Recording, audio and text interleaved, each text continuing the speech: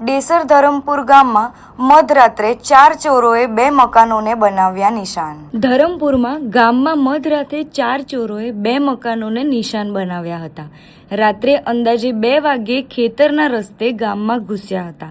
અરવિંદભાઈ છોટાભાઈ પટેલના મકાન પાછળની તારની વાડ કાપીને ઘરમાં પ્રવેશ કર્યો હતો। 10 દિવસથી મકાન બંધ હોવાથી ચોરોના હાથ કંઈ લાગ્યું નહીં। અરવિંદભાઈ જેઠાભાઈ અમીનના મકાનમાં પણ ચોરીનો પ્રયાસ કરવામાં આવ્યો હતો। ભાડૂતના મકાનમાં રોકડ ન હોવાથી ચોરો નિષ્ફળ રહ્યા હતા। સીસીટીવીમાં 4 શંકાસ્પદ ચોરો કેદ થયા હતા। 1 માસ પહેલાં જ જયેશભાઈ જયંતિભાઈ પટેલના મકાનમાં ₹1.75 લાખથી વધુની ચોરી થઈ હતી। ચોરોએ તિજોરી, કબાટ, ફ્રીજ સહિત ઘરનો સામાન ખંગાળી નાખ્યો હતો। બનાવ અંગે ડેસર પોલીસને જાણ થતાં જ પોલીસે તપાસ હાથ ધરી છે। વારંવાર ચોરીની ઘટનાઓ વચ્ચે ડેસર પોલીસની પેટ્રોલિંગ પર સ્થાનિકોમાં સવાલ ઉઠાવ્યા છે।